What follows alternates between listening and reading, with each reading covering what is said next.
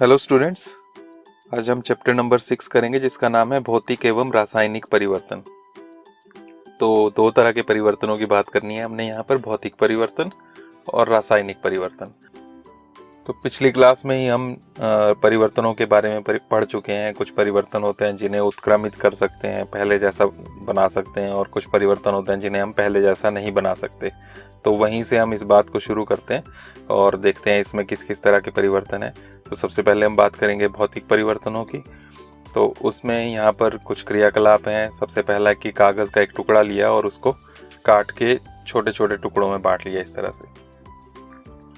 तो यहाँ पर कागज़ जो है उसके टुकड़े हो गए और इसको हम पहले जैसा नहीं बना सकते, फिर से पूरा कागज़ की शीट जो है वो नहीं मिल सकती हमें। लेकिन इसमें कागज़ के गुण जो हैं उसमें क्या परिवर्तन हुआ वो देखें। क्या कागज़ ही रहा या कुछ और बन गया? तो अभी भी सेम वैसा ही कागज़ है, उसी कलर का, उसी मोटाई का, बस उसका साइज़ चेंज हो गया है। इसी तरह से यहाँ पर एक और उदाहरण है। इसमें जो चौक होते हैं उसका चूरा जो गिर जाता है जैसे लिखते वक्त, उस पाउडर को लें, उस चूर्ण को लें और उसमें थोड़ा पानी मिलाकर उसका पेस्ट बना लें और फिर से उसको बेल कर उसके चौक की शेप बना लें और फिर उसको सूखने दें। तो क्या होगा कि वो जो चौक का चूर्ण था उससे फिर से चौक मिल जाएगी। इसी तरह से नेक्स्ट एक और उदाहरण है। इसमें जो है बर्फ ली है, बर्फ़ को आपने धूप में रखा, वो पिघल गई, फिर उसको दोबारा आप ठंडा करें, फ्रिज में रख दें, तो क्या होगा? फिर से वो बर्फ़ बन जाएगी। एक और उदाहरण है। इसमें आप पानी लें, पानी को उबालें, उबालने से उसमें भाप निकलती हुई दिखाई देगी। उसके ऊपर आप कोई बर्तन रखें, ढक्कन रख दें या कोई भी बर्तन, थाली रखें, तो आप देखेंगे कि वो भाप जो है उस बर्तन से टकराने के बाद दोबारा उससे पानी की बूंदें बन रही हैं। तो ये फिर से ऐसा उदाहरण है जिसमें हम वापस पहले जैसा बदल सकते हैं। इसी तरह से आप कोई लोहे का ब्लेड लें, उसको आप गर्म करें, गर्म करेंगे जब जैसे गैस के ऊपर या मोमबत्ती के ऊपर, तो आप देखेंगे कि उसका रंग बदल गया है, वो लाल हो जाता है गर्म होके। और कुछ समय के बाद उसको दोबारा हटा लें, तो हटाने के बाद वो फिर से ठंडा होकर पहले जैसा बन जाता है। तो ये जितने भी परिवर्तन देखे, इसमें हुआ क्या? या तो शेप चेंज हुई, या साइज़ चेंज हुआ, या रंग बदल गया। तो इस तरह से जब भी हैं जो भी परिवर्तन होते हैं, ये जो शेप है, साइज़ है, रंग है, या अवस्था है, जैसे ठोस से द्रव हो गया, द्रव से ठोस हो गया, जल को आपने भाप बनाई, भाप से दोबारा जल बन गया, बर्फ़ थी उससे जल बना, ठंडा करके दोबारा वो बर्फ़ बन गई। तो इस तरह के जितने भी परिवर्तन हैं इन्हें हम भौतिक परिवर्तन कहते हैं, क्योंकि ये भौतिक गुणों में परिवर्तन हुए। भौतिक गुण हैं ये सभी, आकार, आमाप, आकार यानी कि शेप, आमाप यानी कि साइज़, रंग और अवस्था, इस तरह के गुण जो है इन्हें भौतिक गुण कहते हैं। और भौतिक परिवर्तन क्या है? तो यहाँ पर आ गया ये कि ऐसा परिवर्तन जिसमें किसी पदार्थ के भौतिक गुणों में परिवर्तन होता है, वो भौतिक परिवर्तन कहलाते हैं। ये परिवर्तन जो है सामान्यतः उत्क्रमणीय होते हैं, फिर से पहले जैसे बनाए जा सकते हैं। इन परिवर्तनों में कोई नया पदार्थ नहीं बनता है। तो अगर आप किसी परिवर्तन को पहचानना चाहते हैं कि ये परिवर्तन भौतिक है या रासायनिक है, तो वो इस चीज़ से पहचान सकते हैं कि उसमें कोई नई चीज़ बन रही है कि नहीं बन रही है। कागज़ काटा आपने, कोई नई चीज़ नहीं बनी, फिर कागज़ ही तो रहा वो। आपने पानी से भाप बनाई, भाप से फिर पानी बना, कोई नई चीज़ नहीं बनी, वही चीज़ है वो। तो इस तरह से कोई नई चीज़ नहीं बनती है, कोई नया पदार्थ नहीं बनता है। तो इस तरह के परिवर्तनों को भौतिक परिवर्तन कहते हैं। अब दूसरे परिवर्तन पर आते हैं। दूसरी टाइप का परिवर्तन जो है वो है रासायनिक परिवर्तन।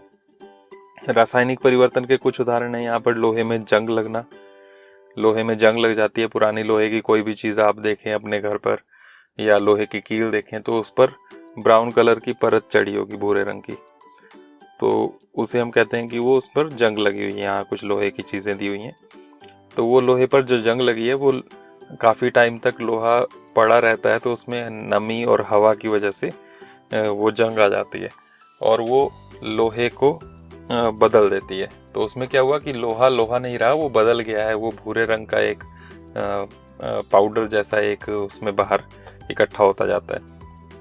तो वो जो परत है उससे लोहा धीरे धीरे खराब होता जाता है, तो उससे वापस लोहा नहीं मिल सकता हमें। नई चीज़ बन गई और फिर से पहले जैसा नहीं बनाया जा सकता है। तो ये परिवर्तन जो है ये रासायनिक परिवर्तन है। इसी तरह से यहाँ पर एक और उदाहरण दिया है मैग्नीशियम का। मैग्नीशियम की पट्टी लें, पतली पट्टी, और उसको गर्म करें, जलाएं, तो इस तरह से वो जलता है, जैसे यहाँ पर ये दिखाया हुआ है। इस तरह से वो जलता है, बहुत तेज़ इसकी रोशनी निकलती है। इस तरह से जलने के बाद इसकी जो राख बनी मैग्नीशियम की, उसको हम फिर पानी में मिक्स करें और फिर चेक करें कि वो लिटमस के साथ लाल लिटमस को नीला करता है या नीले लिटमस को लाल करता है। तो हम देखेंगे कि ये जो परिवर्तन है, पहली बात तो इसको पहले जैसा नहीं बनाया जा सकता है। कोई भी चीज़ ली, जलाई, उससे राख बनी, तो राख से फिर पहले जैसा नहीं बन सकता। राख एक नई चीज़ है, वो पहले जैसी बिल्कुल भी नहीं है। तो इस तरह का परिवर्तन ये रासायनिक परिवर्तन है। लेकिन यहाँ कुछ और भी रासायनिक परिवर्तन हुआ। क्या क्या परिवर्तन हुए वो देखें। अगर सबसे पहले हमने मैग्नीशियम लिया, Mg बोलते हैं इसको, इसका जो सूत्र होता है या इसका जो हम इस्तेमाल करते हैं प्रतीक, वो है Mg। ऑक्सीजन O2, इन दोनों को मिक्स किया, प्लस लगाया बीच में, मतलब इन दोनों को मिक्स किया। कैसे मिक्स किया? जब जलाया तो मैग्नीशियम और ऑक्सीजन जलती है, ऑक्सीजन की वजह से ही कोई भी चीज़। तो मैग्नीशियम और ऑक्सीजन ये दोनों एक दूसरे से जुड़े। जुड़ने से क्या बना, उसके लिए हमने एरो लगाया और उसके सामने ये लिखा है क्या बना। तो वो जो राख बनी है वो है magnesium oxide, MgO। Magnesium oxide बन गया, तो एक नई चीज़ बन गई, पहली बात। फिर उसके बाद इसको हमने जल में मिक्स किया। जल में जब इसको पानी में मिक्स करते हैं तो मैग्नीशियम ऑक्साइड प्लस H2O यानी कि जल, तो क्या बनता है? Magnesium hydroxide, MgOH2। ये मैग्नीशियम हाइड्रोक्साइड बन गया। और ये मैग्नीशियम हाइड्रोक्साइड जो है ये क्षारक है, और क्षारक में हमने पहले ही बात की है कि ये लाल लिटमस को नीला कर देते हैं। तो पिछले चैप्टर में जब हमने बात की थी तो ये हमने कहा था लाल लिटमस को नीला कर देते हैं। तो यहाँ जो परिवर्तन हुए ये सभी के सभी रासायनिक परिवर्तन है। जलाने से भी रासायनिक परिवर्तन हुआ, उसको पानी में मिक्स करके जो बना वो भी रासायनिक परिवर्तन है। तो ये सभी के सभी परिवर्तन यहाँ पर रासायनिक है, इनको पहले जैसा नहीं बनाया जा सकता। इसी तरह से यहाँ पर एक और उदाहरण है इसका। कॉपर सल्फेट यहाँ पर लिया है। कॉपर सल्फेट जो है नीले रंग का पाउडर होता है, नीला थोथा भी कहते हैं उसे। उसको पानी में मिक्स किया, इस तरह का नीले रंग का पानी मिल जाएगा। ये कॉपर सल्फेट का विलयन हो गया। तो ये भी याद रखना है, कॉपर सल्फेट नीले रंग का होता है। तो नीले रंग का पाउडर है, उसको पानी में मिक्स किया, नीले रंग का पानी मिल गया। अब उसमें आपने लोहे का ब्लेड डाल दिया अंदर, ये इसमें दिखाया, यहाँ पर अंदर ब्लेड रखा है। तो इसको ब्लेड को यहाँ पानी में डालने के बाद, नीले रंग के पानी में डाला था, लगभग आधे 1 घंटे के लिए ऐसे ही रहने देंगे। उसके बाद जब आप देखेंगे तो ये पानी का रंग कैसा हो जाएगा? हरा हो जाएगा। और ये जो ब्लेड है उसको भी जब आप निकाल कर देखेंगे तो वो ब्लेड के ऊपर आपको भूरे से रंग की परत नज़र आएगी। तो यहाँ पर क्या हुआ, ये जो कॉपर सल्फेट था इसमें हमने लोहा डाला, तो लोहे की वजह से ये रंग नीला हो गया। बनता क्या क्या है इसमें, उसको अगर हम देखें तो ये यहाँ पर दिया हुआ है। कॉपर सल्फेट लिया, CuSO4 बोलते हैं, ये 4 ब्रैकेट के बाहर लग गया, ब्रैकेट के अंदर लगाना है इसमें CuSO4। इसी तरह से यहाँ पर FeSO4 में भी ये 4 ब्रैकेट के अंदर, ब्रैकेट आपने बाहर से लगाना है इस तरह से। तो कॉपर सल्फेट नीला थोथा जो पानी में आपने मिक्स किया था, उसमें आपने लोहा डाला, Fe बोलते हैं इसको। तो इन दोनों से हुआ क्या कि ये लोहा और ये जो सल्फेट था, ये CuSO4 जो था, इसमें कॉपर सल्फेट में सल्फेट था, ये आयरन के साथ आयरन सल्फेट बना देता है, FeSO4, और उसमें से कॉपर अलग हो जाता है।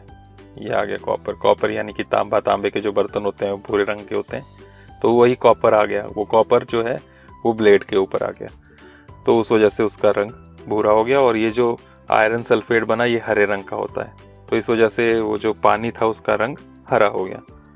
तो क्या हुआ, ये जो कॉपर सल्फेट था ये लोहे के साथ जब आपने इसमें लोहा डाला, इसके अंदर ये ब्लेड, तो आयरन सल्फेट बना। आयरन सल्फेट हरे रंग का होता है, इसलिए ये विलयन जो है हरे रंग का हो गया। और साथ में कॉपर अलग हो गया, जो कॉपर सल्फेट में था वो कॉपर यानी कि तांबा वो ब्लेड के ऊपर आ गया, जिससे इसका रंग भूरा हो गया। तो ये भी रासायनिक परिवर्तन है, इसे भी पहले जैसा नहीं किया जा सकता है और इसमें नई चीज़ें बनी हैं। इसी तरह से एक और यहाँ पर उदाहरण दिया है, ये आप घर पे भी कर सकते हैं। इसमें सिरका और खाने का सोडा, बेकिंग पाउडर जो होता है वो लिया है। तो सिरका और खाने का सोडा जब मिलाया जाता है तो आप उसको जब मिक्स करेंगे तो आप देखेंगे कि उसमें बुदबुदाहट हो रही है, उसमें बुलबुले बनते हुए नज़र आ रहे हैं, गैस नज़र आ रही है उसमें निकलती हुई। तो ये गैस जो है ये कार्बन डाइऑक्साइड होती है। तो उसमें कार्बन डाइऑक्साइड बनती है, साथ में और चीज़ें भी बनती हैं। तो इसका भी यहाँ पर ये रासायनिक समीकरण दिया हुआ है। सिरका लिया आपने, एसिटिक अम्ल कहते हैं इसको, और खाने का सोडा सोडियम हाइड्रोजन कार्बोनेट। ये भी क्वेश्चन आएगा, खाने का सोडा जो है इसका रासायनिक नाम क्या है, तो सोडियम हाइड्रोजन कार्बोनेट। तो एसिटिक अम्ल और सोडियम हाइड्रोजन कार्बोनेट जब ये दोनों मिलाए जाते हैं, सिरका और खाने का सोडा, तो बुलबुले बनते हैं, वो है कार्बन डाइऑक्साइड। साथ में अन्य पदार्थ और भी बनते हैं, तो वो कार्बन डाइऑक्साइड बनी, ये भी रासायनिक परिवर्तन हुआ। इसके साथ ही अगर इसको हम इस तरह से करें, एक ट्यूब के अंदर करें, टेस्ट ट्यूब जो होती है हमारी परख नली, उसके अंदर करें, तो ये जो कार्बन डाइऑक्साइड बन रही है इसको हम यूज़ कर सकते हैं। तो इस तरह से एक ट्यूब लगाकर उसको कार्बन डाइऑक्साइड को यहाँ पर यूज़ कर रहे हैं हम। यहाँ क्या लिया हमने, यहाँ चूने का पानी लिया है। चूने का पानी जो है उसका रंग जो है साफ पानी की तरह होता है, लेकिन उसमें जब कार्बन डाइऑक्साइड जाती है, कार्बन डाइऑक्साइड के बुलबुले यहाँ पर जा रहे हैं, उससे इसका रंग सफ़ेद दूध जैसा हो जाता है। तो यहाँ पर ये परिवर्तन जो है ये भी रासायनिक परिवर्तन है। यहाँ जो परिवर्तन हुआ, कार्बन डाइऑक्साइड बनी, ये रासायनिक परिवर्तन है, और उस कार्बन डाइऑक्साइड को यहाँ पर यूज़ किया, ये भी रासायनिक परिवर्तन है। इसमें क्या क्या हो रहा है, तो सबसे पहले कार्बन डाइऑक्साइड जो बनी वो इस तरह से, यहाँ पर हमने बात कर ली क्यों बन रही है, वो रासायनिक परिवर्तन है। और उसके बाद चूने के पानी में क्या हुआ, कार्बन डाइऑक्साइड जो है CO2, वो चूने का पानी कैल्शियम हाइड्रोक्साइड कहते हैं, CaOH2, इसके साथ मिलाकर कैल्शियम कार्बोनेट बनाती है, CaCO3, और प्लस पानी तो था ही उसमें, H2O, वो अलग हो जाता है। तो ये जो है ये अभिक्रिया है और ये रासायनिक परिवर्तन है। इसमें जो कैल्शियम कार्बोनेट बना है ये सफ़ेद सफ़ेद इसका रंग होता है, इसलिए ये चूने का पानी जो है ये दूधिया हो जाता है, दूध जैसा हो जाता है। तो इस तरह से ये रासायनिक परिवर्तन है। तो यहाँ पर जितने भी परिवर्तन हमने देखे उसमें हो क्या रहा है कि कुछ नई चीज़ें बन रही हैं। तो यहाँ पर यही हम बोलेंगे कि ऐसे परिवर्तन जिसमें एक या एक से अधिक नए पदार्थ बनते हैं रासायनिक परिवर्तन कहलाते हैं। तो रासायनिक परिवर्तन तब होता है जब हमारे पास कुछ नई चीज़ें बनती हैं। तो ऐसे परिवर्तन जिसमें एक या एक से ज़्यादा नई चीज़ें बन रही हैं वो रासायनिक परिवर्तन है। और रासायनिक परिवर्तन जो हैं वो ज़्यादातर उत्क्रमित नहीं किए जा सकते हैं। इसी तरह से आप और भी बहुत सारी चीज़ों में परिवर्तन देख सकते हैं, और उनको हम इसी तरह से दोनों हिस्सों में बांट सकते हैं, कौन से भौतिक हैं और कौन से रासायनिक परिवर्तन हैं। अब जो लोहे में जंग लगने की हमने बात की थी उसकी यहाँ पर थोड़ी डिटेल में बात की है कि वो जंग लग क्यों रहा है। तो जंग लगने के लिए दो चीज़ें ज़रूरी होती हैं, दो कारक होते हैं जिसकी वजह से जंग लगता है। एक है हवा में से ऑक्सीजन, और दूसरा पानी या नमी बोल सकते हैं। तो जब ये दो चीज़ें मिलती हैं तभी लोहे में जंग लगती है। तो यहाँ पर उसमें होता क्या है वो ये दिया है, लोहा आयरन Fe, और इसमें आया ऑक्सीजन हवा में से, और जल H2O। ये तीनों जब मिलते हैं तो ये आयरन ऑक्साइड बनाते हैं Fe2O3। तो आयरन ऑक्साइड जो है ये है जंग। तो जंग लगने के लिए ऑक्सीजन भी चाहिए और पानी भी चाहिए, नमी या भाप। तो ये दोनों चीज़ें होंगी तभी जो है जंग लगता है। अगर हम किसी ऐसी जगह रहते हैं जहाँ पर नमी कम है, मतलब बारिश कम होती है, हवा में नमी कम है, सूखा रहता है, हवा सूखी रहती है, तो वहाँ पर गर्म इलाकों में खासकर, तो वहाँ पर क्योंकि जल की कमी है हवा में, तो इसलिए लोहे में जंग नहीं लगती है। तो रेगिस्तान में रहने वाले, रेगिस्तान के आसपास रहने वाले लोग जो होते हैं वहाँ पर वो महसूस करते हैं कि लोहे में जंग ज़्यादा नहीं लगती है। समुद्र के किनारे जो रहते हैं वहाँ पर हवा में नमी ज़्यादा होती है, इसलिए वहाँ पर जंग जल्दी लग जाती है। तो ये यहाँ पर दिया हुआ है। उसके बाद है यहाँ पर लास्ट टॉपिक, क्रिस्टलीकरण। क्रिस्टलीकरण क्या है उसके लिए हम इसको करके देखते हैं क्या क्या है इसमें। तो सबसे पहले यहाँ पर लिया है कॉपर सल्फेट, वही नीले रंग का पाउडर, और उसको पानी में मिक्स किया है यहाँ पर ये। लेकिन पानी में मिक्स करना किस तरह से है, उसके लिए इसको गर्म करके मिक्स करना है। तो पानी को आप गर्म करते जाएं और उसमें कॉपर सल्फेट मिलाते जाएं। कब तक मिलाते जाना है? जब तक उसमें और घुलना बंद ना हो जाए, जिसे हमने संतृप्त विलयन भी कहा था। पिछली क्लास में आपने ये किया हुआ है, संतृप्त विलयन बनाते हैं, तो वही बनाना है हमने। तो पानी लिया, उसमें गर्म करते रहे पानी को, पानी गर्म हो रहा है और उसमें हम जो है कॉपर सल्फेट मिक्स करते जा रहे हैं जब तक वो घुलना बंद ना हो जाए, तब तक उसमें और भी कॉपर सल्फेट डालते जाएंगे। जब ऐसा हो गया तो उसको कुछ टाइम के लिए ठंडा होने रख देंगे। ठंडा होने के लिए रखने के बाद आप देखेंगे कुछ टाइम बाद इसमें पानी में जो है क्रिस्टल बनना शुरू हो जाते हैं। क्रिस्टल यानी कि फिर से उसमें टुकड़े टुकड़े जमना शुरू हो जाएंगे कॉपर सल्फेट के। तो वो जो टुकड़े टुकड़े जम रहे हैं उसे हम कहते हैं क्रिस्टल बन गए। तो इस प्रक्रिया को हम क्रिस्टलीकरण कहते हैं। इस प्रक्रिया को आप नमक से भी कर सकते हैं। तो नमक लेकर पानी लें एक बर्तन में, थोड़ा सा, बहुत थोड़ा सा, और उसमें नमक मिलाते जाएं गर्म करते हुए, और तब तक मिलाते जाएं जब तक नमक उसमें घुलना बंद ना हो जाए, और उसके बाद उसको ठंडा करने के लिए रख दें। तो आप देखेंगे कि नमक के क्रिस्टल भी इस तरह से बन जाते हैं। तो इसे हम क्रिस्टलीकरण कहते हैं। तो क्रिस्टलीकरण का यूज़ भी हम यही करते हैं कि फिर से पहले जैसा बनाने के लिए, जैसे हमने वाष्पन में किया था पिछली क्लास में, जब हमने पदार्थों का पृथक्करण पढ़ा था कि वाष्पीकरण करते हैं, उससे फिर से पहले जैसा मिल जाता है हमें, फिर से पानी और नमक अलग हो जाता है। तो क्रिस्टलीकरण भी एक विधि है जिसमें क्रिस्टल बन जाते हैं और पानी अलग हो जाता है, क्रिस्टल जम जाते हैं और उन क्रिस्टलों को अलग कर सकते हैं। तो ये यहाँ पर टॉपिक्स थे। हमने भौतिक रासायनिक परिवर्तन देखे। भौतिक परिवर्तन वो है जिसमें भौतिक गुणों में परिवर्तन होता है और इसमें कोई नया पदार्थ नहीं बनता है। रासायनिक परिवर्तनों में नए पदार्थ बनते हैं। साथ में हमने क्रिस्टलीकरण भी देखा है, इससे हम जो है विलयनों से शुद्ध अवस्था में प्राप्त कर सकते हैं पदार्थों को। तो यहाँ पर ये चैप्टर ख़त्म होता है। उसके बाद ये अभ्यास है, इसके जो क्वेश्चंस हैं वो आप करके देखिए, और नेक्स्ट वीडियो में जब हम मिलेंगे तो इनको फेयर में करेंगे। तो आज के लिए इतना ही। Thank you. नेक्स्ट वीडियो में मिलते हैं।